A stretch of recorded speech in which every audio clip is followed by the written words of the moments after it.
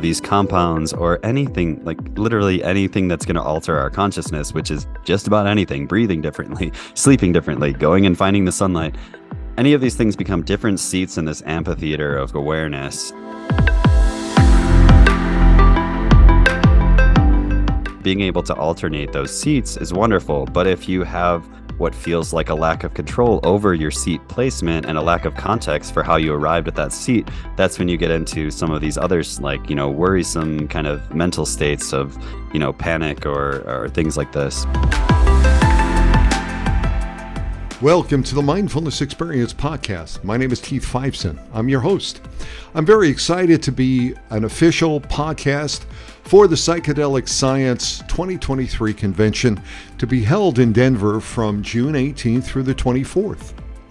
On this podcast, we're joined by Aaron Orsini, an autistic author and online community organizer with a decade of experience exploring the potential use of psychedelic medicines in navigating autism and other neurodivergent conditions. Aaron is also the author of Autism on Acid, How LSD Helped Me Understand, Navigate, Alter, and Appreciate My Autistic Perceptions. I'd like you to welcome Mr. Aaron Orsini.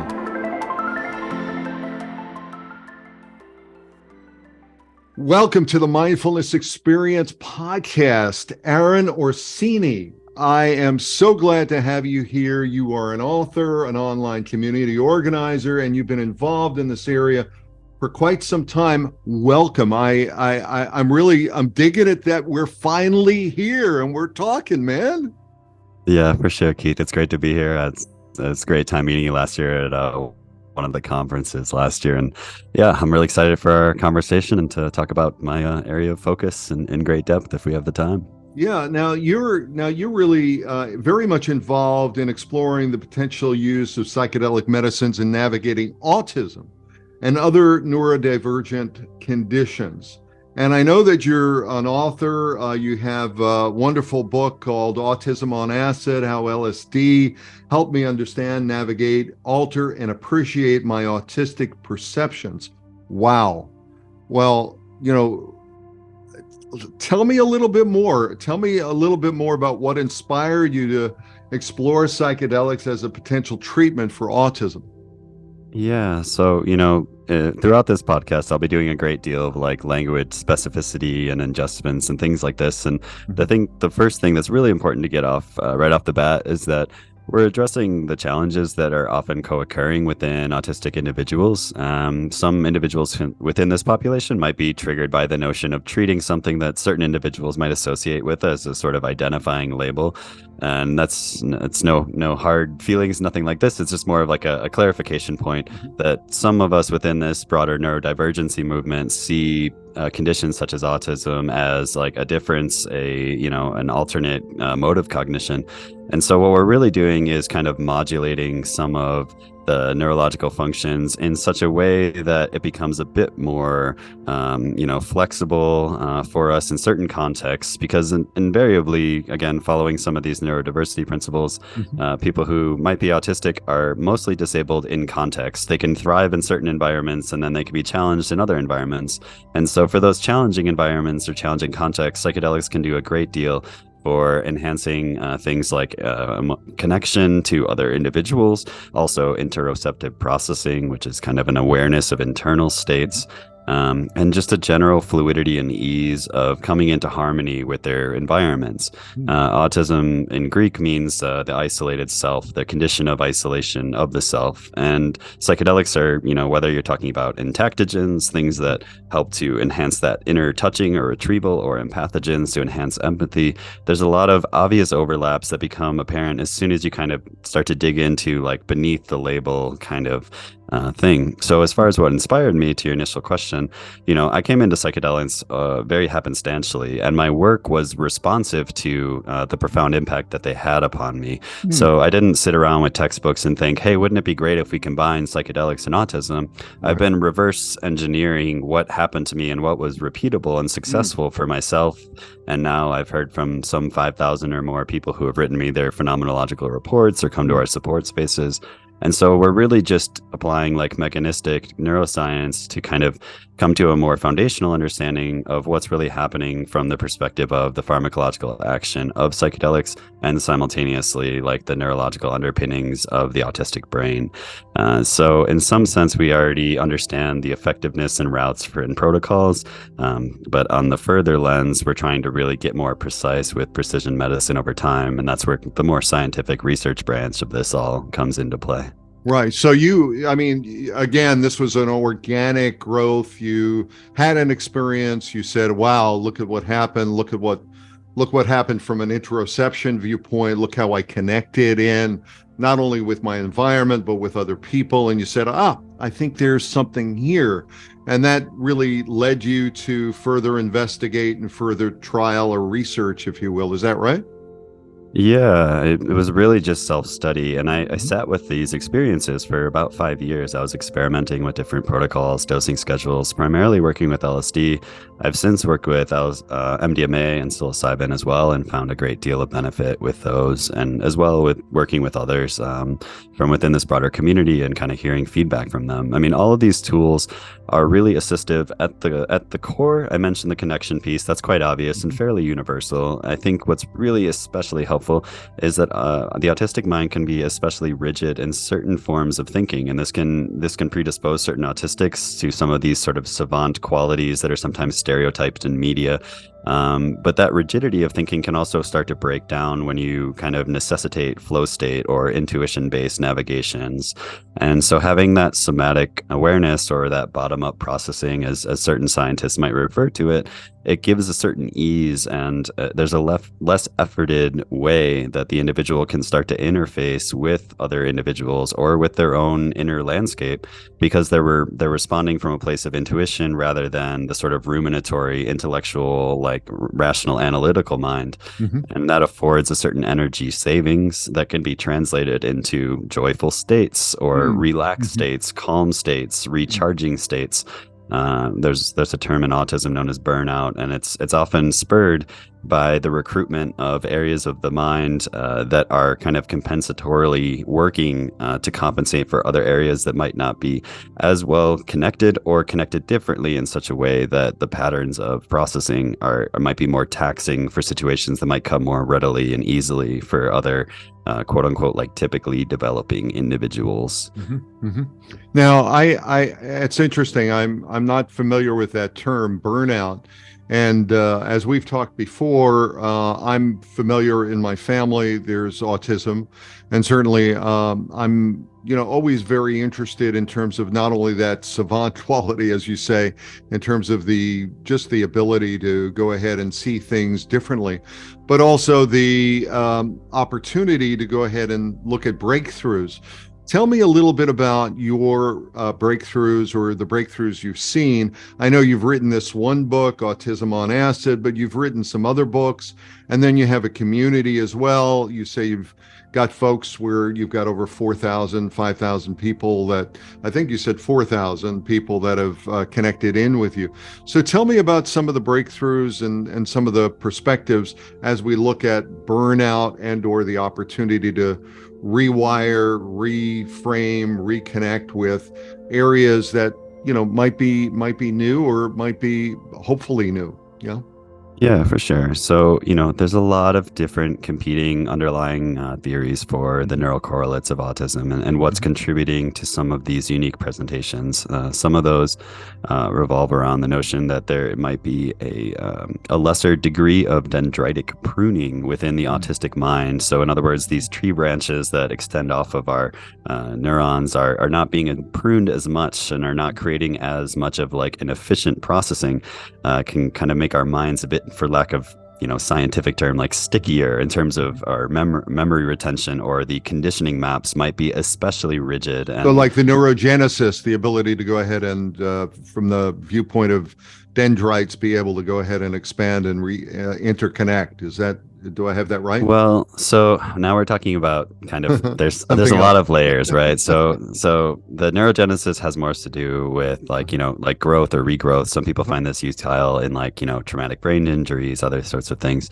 That's not necessarily what I view as like the primary action point here. It's more just speaking to the underlying notion of like that there is a sort of like hypersynaptic connectivity, most especially in local regions, that's been showed on fMRI imaging with autistic neurology. So essentially what psychedelics can do is, even though we think of them as mind expanding compounds, a lot of drugs, specifically LSD, can also downregulate certain local regions while at the same time increasing what's known as global connectivity between regions. So that cross communication, that sort of famous graphic from Beckley that had, the multiple lines connecting across the outer edges of the circle, right. That sort of again, neural correlates, so to speak. I'm kind of parsing terms here a bit, but that sort of patterning is almost inverted in certain autistic neurology, to where certain local regions are very strong and very hyperactive, including the default mode network has been shown to be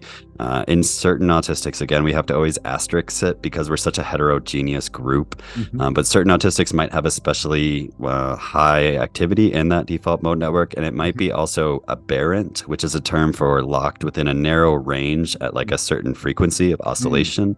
So that ability to drop out of rumination and into intuition might be more especially difficult for these individuals. So if we're combining this sort of like sticky mind and the sort of like stuck in that conditioning in tandem with this sort of like hyper ruminatory kind of hyper inner monologued experience of the individual, and if we're pushing that into the social sphere, we can then kind of like lose some of the triggers of like conditioned fear response, things like this. Right now, this is all just being spun out of anecdotes, with the exception of the MAPS 2016 study that they completed validating that social anxiety could be alleviated. Within that study, the group that received MDMA in combination with psychotherapy vastly outperformed the placebo control group, and a lot of the evidence points towards aspects of self-acceptance, aspects of feeling calm, feeling safe in order to reach self-acceptance, in order to feel safe enough to feel, period, in those situations. Because similarly, if you look across the mental health board, we are, at something around 8x more likely to have CPTSD or PTSD within this population. Our life expectancy is 55 years old as autistic individuals. 80% of us are unemployed or underemployed. So all of these very subtle challenges we face translate into social hazards, social difficulties, and like physical and mental issues of well-being. So when I speak in such a wide and sort of free associating way of mapping all of this, it's because it necessitates a walking around of a great deal of territory in order to really kind of make this abstract internal landscape become more relatable, understandable, perceivable, because there's so many moving parts and so many layers. Well, it sounds, we've been talking, a lot of what we've been talking about certainly talks about the neuroplasticity of the brain, and certainly the ability to go ahead and rewire individuals. I'm just wondering, from your point of view, if we can break it down a little bit more, in what ways do you think psychedelics could be beneficial for those who are on the autism spectrum? If they've got certain rigid behaviors, as you point out, and certain ways of doing things, can you break that down in terms of just simple modification, or simple ways of moving back into family or moving back into society? Yeah, certainly. And, I'll be transparent in stating, like, I'm a self-taught neuropsychopharmacologist. So all of these mechanistic and neural correlate notions I'm expressing, I recognize my limitations in those regards. What I can speak fairly authoritatively to is the research that I'm directly on as a co-author with University College London, where we got nearly 300 participants who completed a 45-minute survey. We gave them the mystical experience questionnaire, the challenging experience questionnaire, and the autistic quotient exam, which we then used to kind of deduce the perceived and self-reported changes that they had before and after their most significant psychedelic experience. After exclusions, we trimmed it down to really just talking about LSD, DMT, and psilocybin specifically, with LSD and psilocybin having the majority of responses. So when I'm speaking about, quote, psychedelics, I'm not necessarily in this instance talking about ketamine or anything really. For the sake of simplicity, let's just focus just on LSD and psilocybin, since they're fairly similar in terms of subjective reporting. Those individuals, when we, came through and measured their self-reportings of change, some of the most significant changes that were reported were increases in feelings of connection and decreases in social anxiety, increases in psychological flexibility, increases in self-acceptance, increases in, affinity for family members, wanting to be around others. Increases in a metric that's known as assimilation, which is essentially boiled down to like how comfortable does someone feel within their own space and within the spaces of others.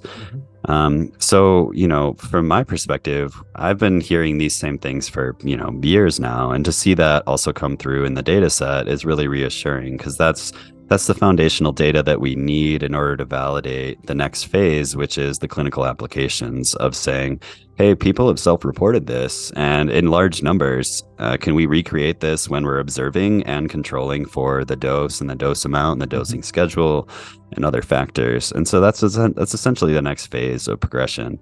And at the further perspective of it all, if you took away the fact that we gave them this autism quotient exam, and you took that same data and you saw the types of mental health challenges that they were addressing, it's no different than a general human population survey. We're benefiting from a lot of the same mental health benefits that psychedelics afford any human of any neurology. We're just that much more likely to start at a lower baseline for certain things. We're more likely to be more depressed, more suicidal, more addicted to certain things, all sorts of factors. We start further back behind like the mental health 8-ball, so to speak. And so the changes and the reported changes are just kind of set up to be dramatic for some of these individuals, especially when we're dealing with certain challenges that you can't necessarily penetrate within a therapeutic container if you don't have an individual that's willing to trust another person. So when you have substances that can catalyze trust and bonding and safety, that's the doorway through which actual progress can be made in otherwise treatment-resistant depression cases, et cetera, et cetera.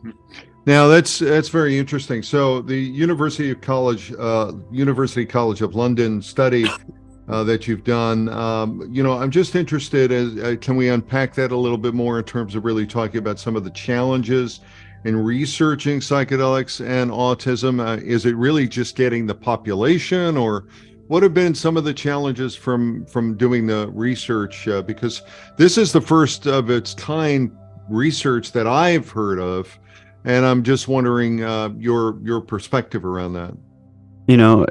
It's going to be an uninteresting answer, but the primary answer, at least when it comes to academic research, and most certainly in like the for-profit biotech spaces, it's that this population is not as significant as those who are more broadly depressed or traumatized. We're just a smaller group. If you were to take into the account that autistics are 1 in 45 people in the United States or worldwide, they're considered to be anywhere from 1 to 2 people out of 100. We're dealing with, a global population that therefore dips into something like 80 million versus however many people are depressed, however many people, et cetera. So the main challenge for a lot of this stuff is just kind of justifying, the funding, even at the academic level. But secondarily, the other challenge is just there's an absence of having a lot of people who thoroughly understand this within the academic research world. It tends to be, especially in the sort of neurodiversity movement lens, that the targets that are being researched for autism are often sometimes either unhelpful and sometimes outright harmful to autistic populations. Things like trying to eliminate the condition from the gene pool, or things like this for people that are like, it wasn't that long ago that we were facing literal genetic eugenics some decades ago. And so the whispers of like, let's genetically eliminate this become quite scary for some of us. And so my emphasis with this research and all my future research is on improving the quality of life for these individuals, the reassignment of self-agency for these individuals, getting, metrics and scores that translate to, we're in like a theoretical design that I can't talk about in great depth right now, but the metrics we're trying to get are much more simple, as opposed to, it's very triggering for individuals to hear something like, will psychedelics make you less autistic? It's incredibly triggering for people because the whole world is set up to be a pressured system to make us less ourselves. And so the notion that these substances are going to make us less autistic is very upsetting. And it's not that that is the case. It is more so that aspects of these quotient exams, because we're basically diagnosed by questionnaires, means that if we see a reduction in quote unquote symptoms, or as I would call them, trait presentations, we're essentially shifting like a personality type. We're shifting a learning processing mode type. And in the same way that if I take a focusing medicine for my ADHD symptoms and I become more able to, initiate tasks and stay focused on tasks, we don't have that same connotation in the ADHD world. People aren't like really like proudly ADHD, although that is somewhat the case sometimes. But we're seeing still, nonetheless, an improvement in the overall quality of one's experience by virtue of, if I can get my work done, I can have a better quality of life because the economy will well better sustain me. And similarly, if I can feel more comfortable in social situations, I can more navigate those, not just for the inherent joy of socializing, but also for my economic and academic success. If you don't have a network of human beings, finding work, sustaining work, and navigating social hierarchies and workplace politics is very difficult.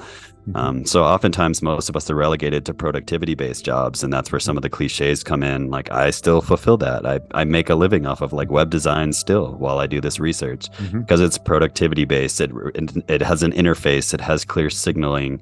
I still can navigate the relational dynamics, but I'm always going to be predisposed to having a different kind of like information organizing structure in my mind, which if I lean into that edge, I'll thrive. But in the past, I fixated on my challenge and on my quote unquote deficits that the doctors told me that I have. I love, let's celebrate our differences and let's expand our minds and our consciousness and our interrelatedness, given the differences. Let's celebrate that. And I think what you're saying here is, and I used the term neurogenesis before, which is really to just go ahead and have new growth, to be able to go ahead and leverage what you've got and to be able to go ahead and make new interconnections that perhaps weren't made before. You also use the term, the 1 to 2%. I mean, a lot of the research and a lot of the focus has been on trauma. It's been on helping individuals overcome their traumas. But here, you're really talking about, it seems like you're talking about something new in terms of really helping the individual to acclimate towards new behaviors, to acclimate towards new ways of socializing, not only themselves, but interconnecting with others. Yeah. And a couple of things I want to say on this. And someone from our group said something beautiful the other day. They said that they had complex post-traumatic stress disorder, but they preferred to be labeled as having complex post-traumatic stress injuries that they're neurologically rehabilitating themselves from. Such that like they themselves, the individual, are not disorderly so much as they are overcoming those challenges. That's specific to the PTSD piece. Within the autism world, most often we refer to ourselves just simply as autistic and drop the disorder component, kind of recognizing that social model. But as we look forward and ahead, the true novelty to me as well is that, again, a lot of this is inseparable from the economics of how research and funding works. And it's a lot easier to fund and execute a study that is an intervention-based study, not one that's like a long-term rehabilitation process. And that's more realistic to what I see. I mean, I'm on year 7 of fairly routine use of, annual MDMA to do a really deep dive check-in with myself in tandem with fairly regular microdosing that helps me kind of tap into that contact lens space where I can be balancing my heart and mind more readily, and have the energy and have the extra dopamine of LSD to be able to be task oriented and focused and flow state. Like, I'm not talking about, a lightning strike saving of someone's existence. I'm talking about equipping them with the ability to have a more malleable neurological patterning such that they can, dose in a contextually relevant way when they need to. In the same way that people ask me all the time, like, hey, like, are you more this or that because you've taken LSD? And my response is like, well, I've been able to be more certain ways when within the acute drug window and near to it. But it's not my goal to remain in that state either. I wouldn't want to live in a permanent coffee state, and I wouldn't want to live in a permanent like sleep medicine state. But having the option to be able to pull those tools and implement them in context is wonderful and makes my life profoundly more productive, wonderful, joyous. I can more fully enjoy a moment. I can more fully accomplish a task when I need to, and really getting to know how does my body work in synchronicity with all these different medications or foods or sleep cycles or anything. Like, it's all a symbiotic dance, and like the overemphasis on any one molecule or any one tool is going to throw someone just onto another further off path from more of a harmonious and sustainable one. So really living a more integrated life using pharmacology as one of the tools, but also it's a broader spectrum, hate to use that word here, but within the context of really looking at individuals that might be on the spectrum, or using the analogy of being in a house and only living in one room, this really gives you access to the whole house, to all the rooms, and to be able to go ahead and look out the window and see a different world that you might not have looked at before, just by simply opening up the door, using the tool, the doorknob, to go ahead and open up that door and to be able to have a look for a period of time. But then if you want to go back into, your introception, and you want to go ahead and, be where you are, you also have that as an option. Yeah, because again, I identify like my sober state as just yet another altered state from the other altered states. I've used the metaphor at times that these compounds, or anything, like literally anything that's going to alter our consciousness, which is just about anything, breathing differently, sleeping differently, going and finding the sunlight. Right.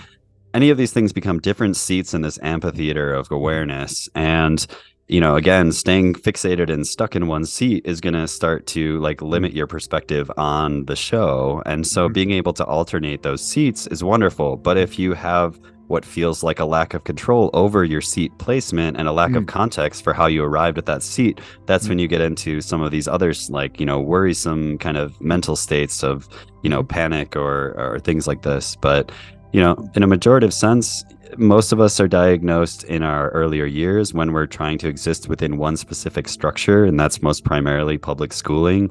And public schooling has a very specific set of expectations and demands that in my adult life, I don't live a life that in any way resembles a Bell schedule or a 9 to 5.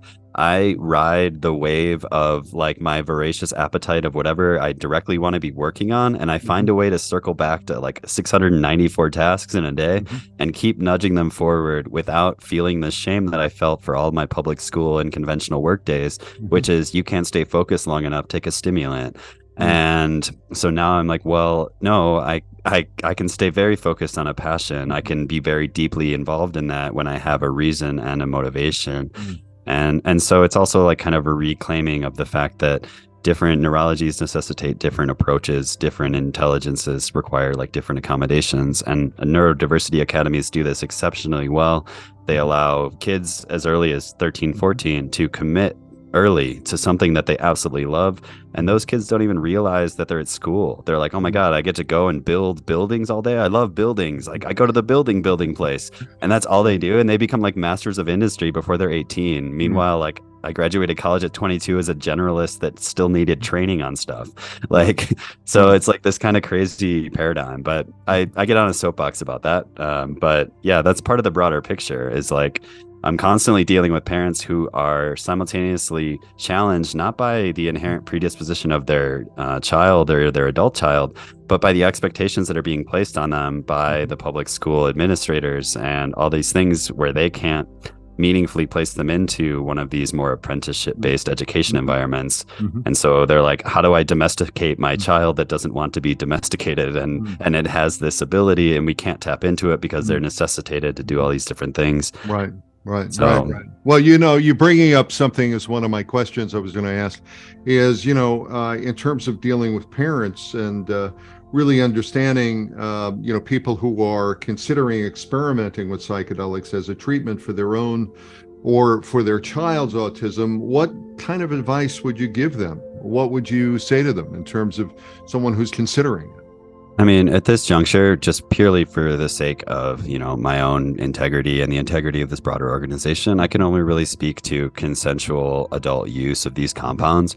And I say this only because as of now, we have a limited data set as far as the safety and efficacy that is viable within that population. It's not to say that aren't paths. Like if MAPS gets FDA approval, they're necessitated to do an adolescent study with MDMA. That's part of the approvals process.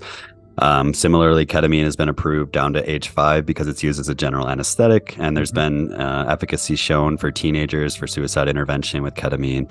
So it's not to say that there aren't methods. It's just that, like, with my own heart, I cannot advise anyone to go down those paths. What I can speak to is the experience of parents who are already taking steps with things like, cannabis oil for things that are otherwise being failed by other conventional medications. And if we think about some of the medicines that are being approved and administered within those age ranges, there's a lot of psychotropic medicines that are far more harmful to the livers, kidneys, on and on and on, than something that's much more benign like psilocybin. And so, which is only legal now in Oregon and Colorado, right? And only really decriminalized, and only still decriminalized, right? Yeah. Because any parent listening that's even considering it, be aware that anyone even considering such a thing would be taken away, have their children taken away from DCFS for the administration of a Schedule 1 compound. Right. So it's just like, it's definitely something that will be explored in time. And it's definitely something that I do get unsolicited reports all the time about. But for the sake of the safety and really just to honor the adolescents or children and the essential nature of like participation and consent in those exchanges, like I just have to really speak from a place of, when I'm speaking with parents or supporting parents, I'm supporting them with helping their adult child to make decisions about their own kind of mental health, and simultaneously I'm supporting parents who are also exploring psychedelics because there's a lot of healing that needs to happen within whole families that are also caught up in the same systemic kind of dilemma. So yeah, it's a really tricky situation. It's a big, and it's a challenge. And I'm wondering, we're talking about the good things, and you talk about, some of the concerns or some of the risks, certainly the legal risk. I'm wondering, from the viewpoint of the research that you've done with the University College of London, whether or not you've seen some, specific risks when, using psychedelics for treating autism that people should be aware of. Definitely. And we speak about this within our course as well. And part of the notion of doing these broad-based discovery surveys is to really illuminate that. That's why we included the challenging experience questionnaire on there. Some of the most basic ones being that autistics, just like any other human that's going to receive psychedelics, should get a medical screener, should be taken into account as to whether or not they have a first-degree relative that might be prone to schizophrenia or psychosis states. And it doesn't, like, being autistic doesn't necessarily elevate that, but there are elevated rates of, variances of all sorts within autistic neurologies. So, medically screening is still essential, whether it's in Oregon under the facilitation model or whatever it may be. Some of the more nuanced and unexpected challenges that I often hear from individuals is a sort of post-session longing because they feel that their kind of nervous systems are regulated with these medicines, and because of prohibition and the limited access, oftentimes either they can be themselves for one $10,000 MDMA session in their lifetime, and then suddenly they're like, I can't go back there. I wish I could go back there to where like my nervous system was fully regulated and I could really know exactly how I felt during those moments. Same, that was me in my early days with LSD as well. I was trying to stay in that kind of deeply interconnected state, and I found ways to stay in there with rest periods in between, and to not tax my system, and to have something of a regimen. Because again, too much of anything is going to cause an upsetting of a system. But I do see that often as well. People will be like, wow, like I felt really comfortable with myself and all the people I was with, and I don't have continued access to that feeling because I don't have continued access to this medicine. I was speaking with someone earlier, and we were talking about the whole idea of doing the preparation work, the dosing, and then the integration. And you're reminding me of the sort of the hero's journey, right? The return, having the return back to the regular, ordinary world, if you will, and how important integration is, and how important it is to not only normalize the experience, but to integrate it or to activate what might be coming up for individuals. So I'm just wondering, from the work that you're doing and the research that you're doing, whether or not how the model works, and are you doing, from the preparation, dosing, and integration, what does that look like, and what does it look like from an overall activation? I know you talked about microdosing as a pathway towards quote unquote normalization, if you will, towards just sort of the window of tolerance. So I'm just like, can you give me some perspective on that? Is it the same? Is it any different? What does it look like? No, I mean, at its core, we're humans using psychedelics, and there's a million ways to use the fire. You can do a controlled burn of everything in your mental landscape and build back up. You can, light a candle to keep you warm overnight, whatever it is.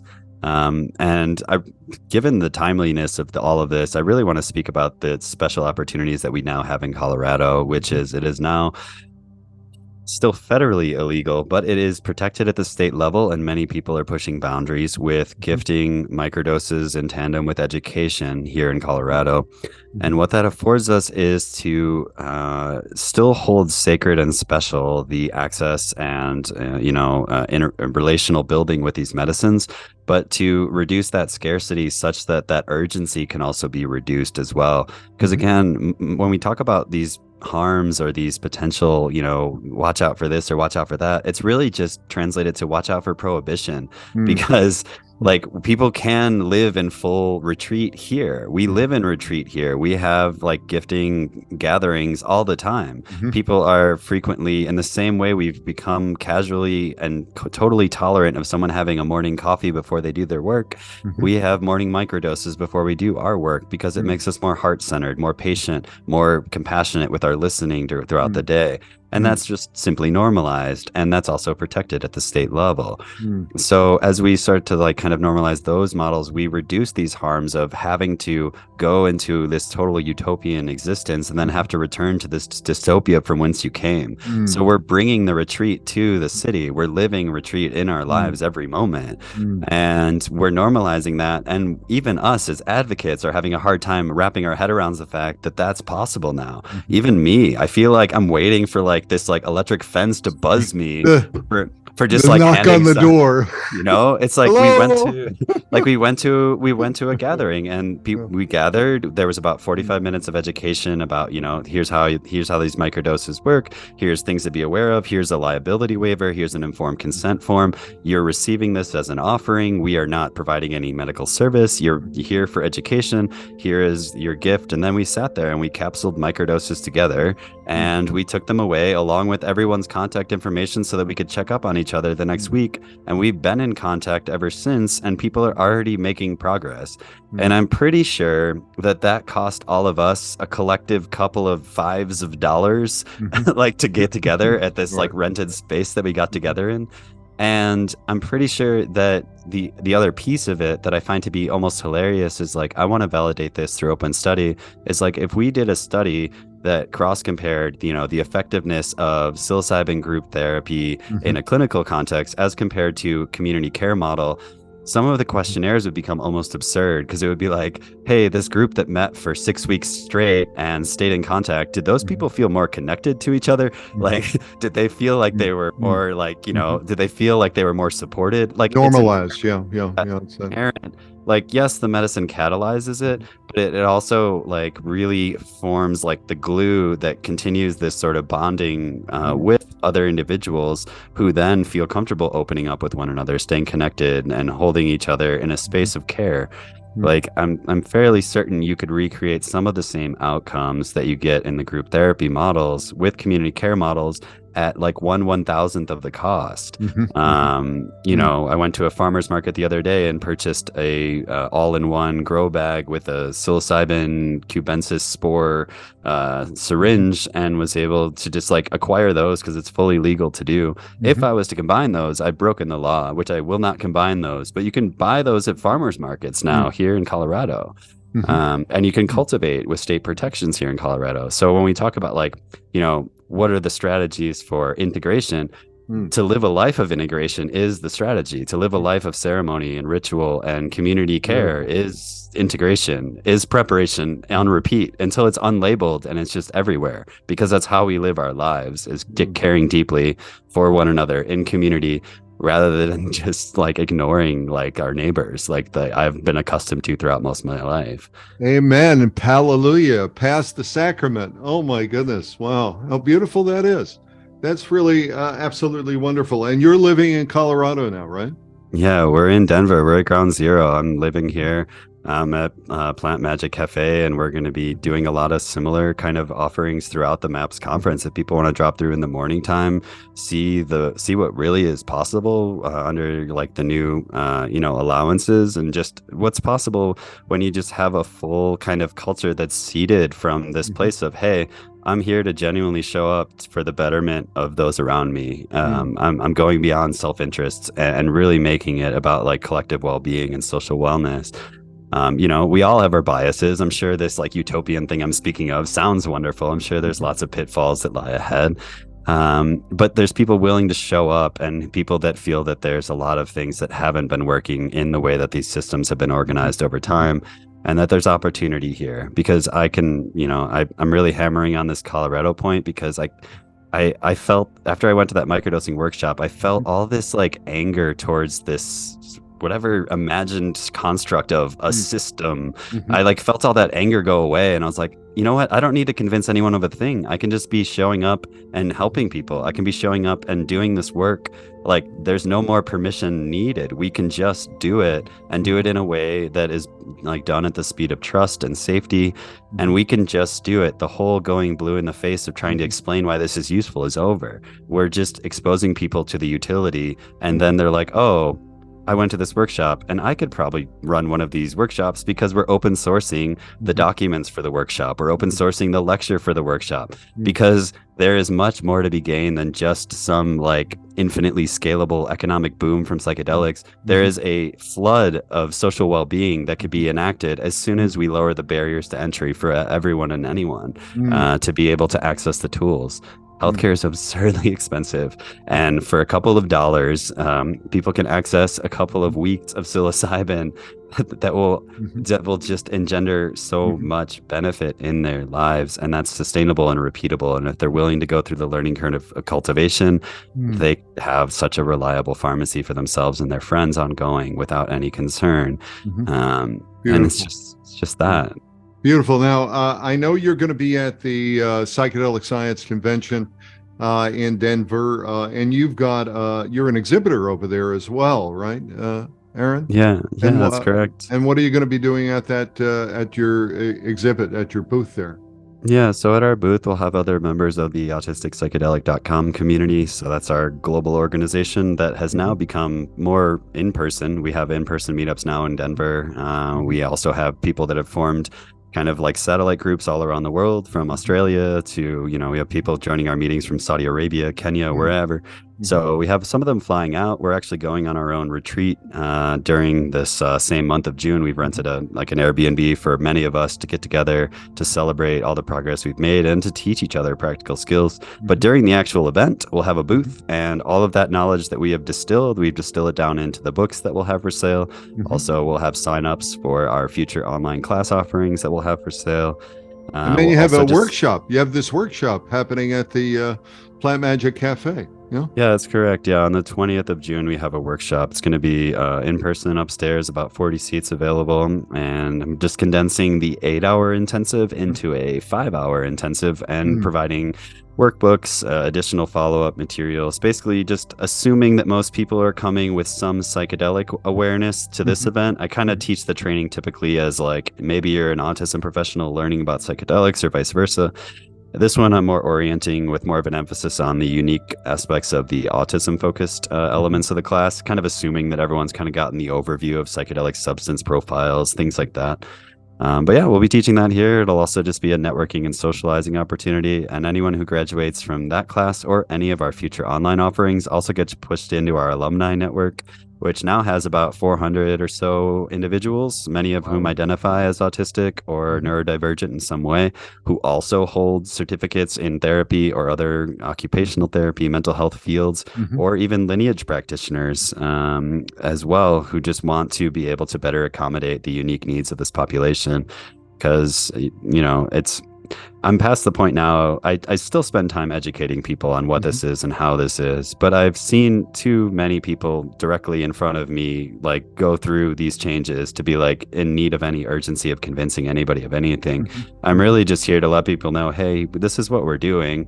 It's working. Do you want to help us? Do you want to receive help from us? Because it works. And it works because of the backbone of community and the backbone of like genuine care from the collective. Like every Sunday, we also have an online Zoom meeting, and it's a peer support meeting, but more and more I'm calling it a mutual aid meeting, because when you have a room that's like 100 people that are in the Zoom and you have even just a minute to speak and you say, hi, I'm going through my diagnosis and I'm in the state of California and I don't know how to really navigate that. Anyone have any advice? We have all of those people in the Zoom and all of the thousands of people in our Discord that can then patch that person straight to a lived experience and a direct guidance of how they navigated that. It's going to be profoundly better than a lot of the mental health professionals that only really had those couple of chapters or semesters on some of those challenges, most of which are not existing in the temporality of right here and now, given the current constraints of the current system and all these other barriers. So we have people exchanging wisdom about what works for them, and that works really well too for our community as well. That's beautiful. Well, Aaron, you're very kind. You're really a sweet individual, and I really appreciate your articulate manner and your ability to go ahead and really thread the needle on this subject, because it's very complex, and it also, in and of itself, holds some stigma to it, that holds some sort of sense of foreboding, like somehow you can't do anything about it. But you've really managed to go ahead and pierce that, with the needle of intelligence, with the needle of experience here with psychedelics. And I think it's just absolutely wonderful, and people have a lot to learn and a lot to, I wouldn't say learn as much as to absorb, to grow from, and just with the seeds and the spores that you're spreading here. So thank you so much for all of this. No, really. I deeply appreciate it, and more than just learning about, the autistic experience, I think it just speaks to the importance of learning about any other perspective that might be foreign, because it simultaneously informs, oh, I have a particular way of seeing, I have a particular bias, I have a particular strength or weakness. And coming into that brings us all closer to harmony, to really recognizing those different strengths and weaknesses. So I appreciate you giving me this platform. I'm looking forward to seeing you at the MAPS event. And I just thank you so much for your time as well, Keith. Thank you so much. It's going to be great. It's going to be wonderful. How do people get a hold of you, Aaron Orsini? How do they get a hold of you? How do they find you? How do they get some of your work and really find out more? Maybe reach out to you. Yeah, so I'm the most prolific in terms of content posting and generally accessible through my Instagram, which is just the handle of Autism on Acid. So you can find me through Instagram. You can also email Aaron, Aaron, at autisticpsychedelic.com with any inquiries. And you can also just go to autisticpsychedelic.com, and the contact us will go straight to our shared inbox that I always monitor. So you can always contact us directly through the site, or just Google Psychedelics and Autism, and our work is like the 50 of the top 60 results on Google anyhow. So you can find us very easily just by searching us out there. Excellent. Excellent. Aaron, thank you so much. I'm really looking forward to seeing you at the Psychedelic Science 2023 convention in Denver from the 18th through the 24th. And if you're there, listener, please look up Aaron at his booth, and also look forward to maybe even attending his workshop on Tuesday, June the 20th, and check it out. It's going to be great. Thank you, Aaron. Yeah, thank you so much, Keith.